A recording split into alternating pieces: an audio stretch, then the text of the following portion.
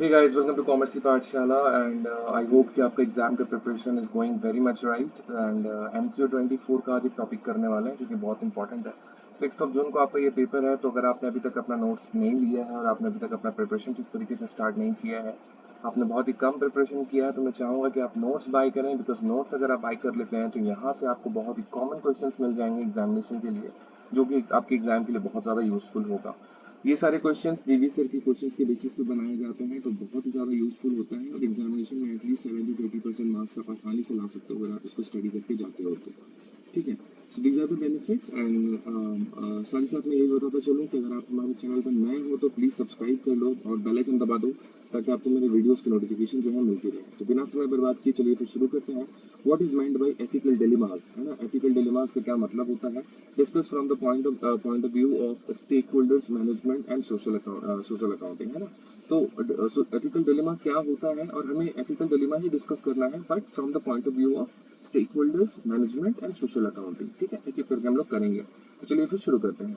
Ethical dilemmas, meaning and discussion from perspective of stake holder, management and social accounting. सबसे पहले ethical dilemma क्या होता है, पहले उसके बारे में बात कर लेते हैं। So an ethical dilemma refers to a situation in which an individual or organization faces a conflict between two or more important principles or values, making it difficult to determine the right course of action, है ना? ethical dilemma का क्या मतलब है? ethical आपको समझ में आ रहा है ना, कि जो सही है ना, वही आपको करना है। dilemma का मतलब होता है एक सिचुएशन में आप फंस जा रहे हो। अब वो सिचुएशन क्या है? वो सिचुएशन ये है कि जब आप डिसीजन मेकिंग करने की कोशिश कर रहे हो in your organization, then you are caught into this ethical dilemma because you are now stuck between two principles। दो प्रिंसिपल्स के साथ आप फंस गए हो कि कौन सी चीज आपको फॉलो करना है, कौन सी चीज आपको फॉलो नहीं करना है। देखिए यहाँ पे लिखा हुआ है, refers to a situation in which individual or organization faces conflict, है ना? यहाँ पे conflict आपको फेस करने के लिए मिल रहा है between two or more principles, है ना? और या फिर वैल्यूज, इसमें आपको कॉन्फ्लिक्ट हो जा रहा है कि आपको कौन सा लेना है, कौन सा प्रिंसिपल फॉलो करना है, ये वाला या फिर वो वाला। तो उसी को हम लोग पहले बार बोलेंगे। और इसी वजह से जो है ये making it difficult to determine the right course of action है। जो सही कोर्स ऑफ एक्शन होगा उसको डिटरमाइन करने में आपको दिक्कत होती है। In such situations a decision may benefit one group but another harm, है ना? वही मैं बोलना चाह रहा हूँ कि ऐसा हो सकता है कि आप अगर कोई इस तरह के डिलेमा वाले क्वेश्चन पे जब आप फंस जाते हो, कई बार ऐसा होता है कि जब आप कोई डिसीजन लेते हो तो उसका फायदा सिर्फ एक ही ग्रुप को मिल पाता है, दूसरे ग्रुप को नहीं मिल पाता है। और जब ये चीज ऐसी होती है तो फिर आप सोच में पड़ जाते हो कि आपको कौन सा डिसीजन लेना आपके लिए सही रहेगा, है ना? तो वही सिचुएशन की यहाँ पे बात बोली जा रही है। मैं एक बार पढ़ देता हूँ। In such situations a decision may benefit one group but harm another, और it may involve choosing between legal obligations, moral responsibilities and organisational interest, है ना? अब यहाँ पे हो सकता है कि आपको इन तीनों में से किसी एक को चूज करना पड़े। आप सब सभी को एक साथ लेकर के आप नहीं चल पाओगे, है ना? हो सकता है कि जो लीगल ऑब्लिगेशन है वो आपको पूरी करनी पड़े। अगर आप लीगली करने जाओगे तो हो सकता है जो मोरल रिस्पॉन्सिबिलिटीज है आपकी, आप उसको ना निभा पाओ, है ना? या फिर जो ऑर्गेनाइजेशन के इंटरेस्ट है आप उसको ना फॉलो अप कर पाओ। तो वो चीज भी यहाँ पे देखने को मिलती है। Ethical dilemmas are common in business because organizations often have to balance profitability with social and ethical responsibilities. And ethical dilemma is very common in business, जो हमारा स्ट्रक्चर है उसमें ये बहुत ज्यादा देखने को मिलता है। क्योंकि जब भी आप बिजनेस करने की कोशिश करते हो तो eight the same time profit कमाने के साथ साथ आपका ये भी ध्यान में होना चाहिए कि आपको जो है सोशल सिक्योरिटी जो है, सोशल चीज़ों को जो है उसको भी आपको ध्यान देना पड़ेगा। एंड जो एथिकल रिस्पॉन्सिबिलिटीज है उसको भी आपको निभानी पड़ेगी, right? So it's very important कि जब भी आप इस तरह के सिचुएशन में पढ़ो तो जो भी बेस्ट ऑप्शन हो आपके लिए आपको वही चूज करना पड़ेगा। किसी ना किसी को तो आपको चूज करना ही, आप स्किप नहीं कर सकते, right? So this is what about ethical delivery was. अब इन तीनों के पर्सपेक्टिव से, मतलब stake holder, management, social accounting, इन तीनों के पर्सपेक्टिव से हम लोग इसको समझने की कोशिश करेंगे। इसको मैं नहीं कर रहा, इसको आप एक बार रीड कर लेना, है ना? अब हम लोग ये इसके पर्सपेक्टिव से हम इसको समझने की कोशिश करते हैं। स्टेक होल्डर मैनेजमेंट अलग अलग होना चाहिए था, बट स्टेक होल्डर मैनेजमेंट एक तरह का स्टेक होल्डर ही होता है, तो इसको एक साथ ही करके यहाँ पे बताया गया है। तो चलिए फिर देख लेते हैं। So stake holder management refers to the process of identifying and balancing the interest of the different groups that are affected by companies activities. अब जो भी आप कंपनी की एक्टिविटी कर रहे हो, जो भी आप अपने कोर्स ऑफ एक्शन आपका जो भी है, उसके वजह से जो डिफरेंट इंटरेस्ट ग्रुप्स होते हैं आपके बिजनेस के अंदर, आपकी कंपनी के अंदर, उनको उस चीज का जो है असर पड़ने लगता है। तो स्टेक होल्डर मैनेजमेंट का मतलब ही यही है कि एक प्रोसेस जहाँ पे आप आइडेंटिफाई कर रहे हो और आप बैलेंस करने की कोशिश कर रहे हो डिफरेंट ग्रुप्स के इंटरेस्ट को, ताकि आपकी जो कंपनी की एक्टिविटीज है वो ठीक तरीके से चलती रहे, या जो आप कर रहे हो उसका असर नेगेटिवली इन सारे ग्रुप्स के ऊपर ना पड़े। These stake holders include employees, customers, share holders, है ना। ये सारे स्टेक होल्डर्स में ये सारी चीजें आ जाएंगी, एम्प्लॉइज आ जाएंगे, कस्टमर्स आ जाएंगे, स्टेक होल्डर्स आ जाएंगे, सप्लायर्स, गवर्नमेंट एंड कम्युनिटीज, ये बहुत सारी चीजें आ जाएंगी।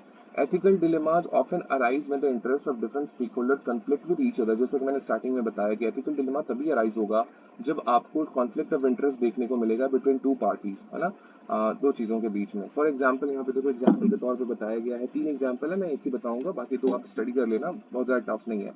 अ कंपनी में वांट टू रिड्यूस कॉस्ट, एक कंपनी हो सकता है कि वो चाहे कि अपने कॉस्ट को वो कम करे बाय कटिंग एम्प्लॉय बेनिफिट्स। आप अपने एम्प्लॉय बेनिफिट्स को कम करके आप अपने जो आपका टोटल कॉस्ट है ना ईयरली, आप उसको कम करने की कोशिश कर रहे हो, लेकिन which would increase profit for share holder, जिसकी वजह से जो प्रॉफिट है उसको जो है स्टेक होल्डर्स को बहुत ज्यादा मिलेगा, शेयर होल्डर्स को मिलेगा। बट इसका असर आपके एम्प्लॉइज के ऊपर क्या पड़ेगा, बहुत ही नेगेटिवली इसका इफेक्ट पड़ेगा, right. So this is ethical dilemma, this is the example of ethical dilemma, जहां पे आप अपने स्टेक होल्डर आप अपने शेयर होल्डर्स को खुश करने के लिए आप अपनी कंपनी को कॉस्ट को कम करना चाह रहे हो, जहां पे आप ज्यादा से ज्यादा प्रॉफिट डिस्ट्रीब्यूट कर पाओगे अपने शेयर होल्डर्स में, but at the same time it is gonna negatively affect your employees, right. So इस चीज पे भी आपको ध्यान देने की आवश्यकता है। एक और कर लेते हैं, ठीक है, अच्छा लग रहा है। अब बिजनेस में decide to use cheaper raw material, है ना, एक बिजनेस जो है हो सकता है ये डिसाइड करे कि हम लोग चीपर रॉ मटेरियल का इस्तेमाल करेंगे, but at the same time इसके वजह से जो है जो क्वालिटी है आपके प्रोडक्ट का उस पर असर पड़ सकता है ना। आप अगर चीपर प्रोडक्शन कॉस्ट का इस्तेमाल करोगे, प्रोडक्शन का इस्तेमाल करोगे, तो वहाँ पे कॉस्ट आपकी डेफिनेटली कम जाएगी, जिसका बेनिफिट आपके शेयर होल्डर्स को ही होगा, but at the same time compromise हो जाएगा आपका प्रोडक्ट क्वालिटी, जहाँ पे आपके जो कस्टमर्स हैं वो हो सकता है कि आपको आपका प्रोडक्ट उनको पसंद ना आए, तो ये भी चीज़ आपको नहीं करनी है, ठीक है। एक पॉइंट और है, आप कर लोगे, it's not tough. In such situations, managers must carefully evaluate the impact of their decisions on all stakeholders, है ना। इस तरह की सिचुएशन में मैनेजर्स को ये आइडेंटिफाई करना बहुत जरूरी है, ये समझना बहुत जरूरी है कि इसका अफेक्ट जो है जो डिफरेंट आपके स्टेक होल्डर्स हैं उनके ऊपर उसका असर क्या पड़ने वाला है, और जो आपका इकोनॉमिक ऑब्जेक्टिव है, जो सोशल रिस्पॉन्सिबिलिटी है, उसके बीच में आपको बैलेंस भी बना करके रखना है। सिर्फ स्टेक होल्डर्स को खुश नहीं रखना कि आपका बिजनेस ठीक तरीके से चलाना, ऐसा नहीं है। आपको सारी चीज़ों को एक साथ में लेकर के चलने की कोशिश करनी पड़ेगी।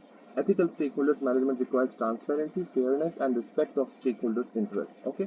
Ethical dilemma from the perspective of social accounting. So, social accounting refers to the process of measuring and reporting the social and environmental impact of companies' activities. है ना? Social accounting का मतलब हो गया कि एक तरह का प्रोसेस जहाँ पे आप मेजर करने की कोशिश कर रहे हो, साथ ही साथ आप रिपोर्ट भी कर रहे हो कि जो भी आप एक्टिविटीज कर रहे हो उसका असर सोशल और इन्वायरमेंट के ऊपर क्या पड़ रहा है। एक कंपनी का एक्टिविटीज का इम्पैक्ट जो है सोशल एंड एनवायरमेंटल के ऊपर क्या पड़ रहा है। It goes beyond traditional financial accounting by evaluating how business operations affect society, है ना।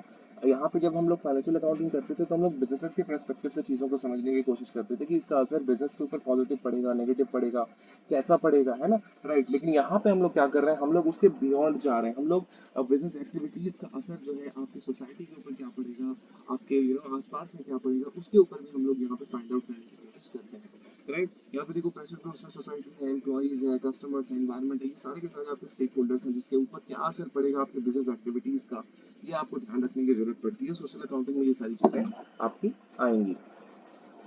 Ethical dilemma may arise when compromise face conflict between financial performance and social responsibility, है ना। ethical dilemmas में हो सकता है कि arise हो जब आप conflict of interest आपको face करना पड़े between financial performance and जो social responsibility है आपकी। एग्जाम्पल के तौर पे कंपनी में choose between investing in environmental friendly technology or continuing with cheaper but more polluting production methods, है ना। यहाँ पे देखो क्या हो रहा है, एक कंपनी हो सकता है चूज कर रही है एक environmental friendly टेक्नोलॉजी में इन्वेस्ट करने को लेकर के, है ना, और जो चीपर है उसके ऊपर ध्यान देने को लेकर के, बट इसकी वजह से क्या होगा, जो आपका पोल्यूटिंग मेथड्स है ना, जिसके जरिए बहुत ज्यादा पॉपुलेशन होता है उसको आप कम कर सकते हो, है ना।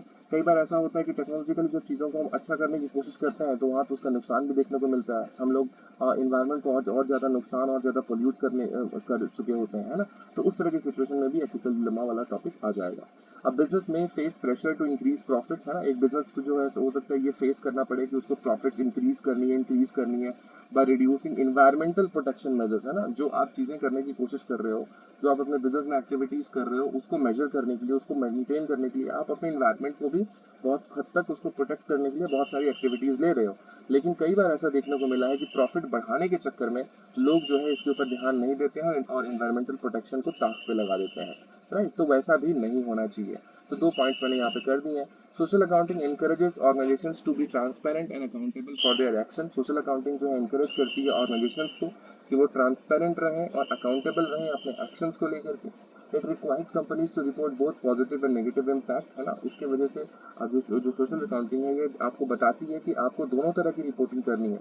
आपकी जो एक्टिविटीज है उसका सोशली क्या इम्पैक्ट पड़ रहा है, चाहे वो पॉजिटिव हो या नेगेटिव हो, दोनों की तरह चीजें जो है आपको यहाँ पे रिपोर्ट करनी है, impact of their operations, and to consider the broader social consequence of their decision। और जो भी वो डिसीजन लेंगे उसका ब्रॉडरली क्या इम्पैक्ट पड़ेगा सोसाइटी के ऊपर, हमारे सोशल इन्वायरमेंट के ऊपर, उसके ऊपर भी आपको ध्यान देने की आवश्यकता है। ठीक है, सो दैट्स इट। कंक्लूजन है, कंक्लूड कर लेते हैं। Ethical dilemma in business arises when organization face conflict between profit and goals. वही सारी चीजें जो हम लोगों ने स्टार्टिंग में की है उसका जीस्ट यहाँ पे दिया हुआ है। From the perspective of stake holder management and business must balance the interest of stake holders and at the same time they will have to create a balance between the stakeholder interest and the environment as well। अब जो social accounting है उसको भी आपको ध्यान में रख करके सारी एक्टिविटीज करनी है, ताकि आप जो एक्टिविटीज कर रहे हो उसका सोसाइटी के ऊपर क्या इम्पैक्ट पड़ रहा है, कितना नेगेटिव पड़ रहा है, कितना पॉजिटिव पड़ रहा है, ये आपको इवैल्यूएट करना पड़ेगा। और ब्रॉडर सेंस में आपको ध्यान देना होगा कि उसका जो इम्पैक्ट है वो आपकी सोसाइटी के ऊपर क्या पड़ेगा, और जितना ज्यादा से ज्यादा हो सके आपको कंट्रीब्यूट करना है सोसाइटी के बेटरमेंट में। ठीक है ना, सिर्फ अपना प्रॉफिट के ऊपर ध्यान नहीं देगा। सो दैट्स इट फॉर दिस जो हमारा लेक्चर है। आई होप कि ये टॉपिक काफी पसंद है, आपको पसंद आया तो प्लीज लाइक कमेंट और शेयर करो अपने दोस्तों के साथ। And all the best for examination. We have the notes available, we have the projects available. In the third semester you will have to make the project, and if you want to make the project, and if you are not getting any idea, then you should contact us definitely। हमारा phone number आपको screen पे भी दिख रहा होगा, साथ ही आपको description में भी मिल जाएगा। आप हमें कॉल करके प्रोजेक्ट एंड साइनॉप्सिस के बारे में बात कर सकते हैं। बहुत ही नॉमिनल सा फी है, एंड इसको अगर आप कर लेते हो तो आपका कंप्लीट कोर्स जो है वो पूरा कंप्लीट हो जाएगा। 8 मंथ का कोर्स जो है पूरा का पूरा कंप्लीट हो जाएगा। बिकॉज प्रोजेक्ट के बगैर आपका प्रोजेक्ट कंप्लीट नहीं होगा, आपका कोर्स कंप्लीट नहीं होगा। ठीक है ना। और थर्ड सेमेस्टर में आपको बनाना है तो मैं बोलना चाहूंगा कि जो भी सेकंड सेमेस्टर में है एग्जाम देने के बाद हमसे बिल्कुल कॉन्टैक्ट करें फॉर द प्रोजेक्ट। ठीक है, thank you so much and all the best for examination. जय हिंद।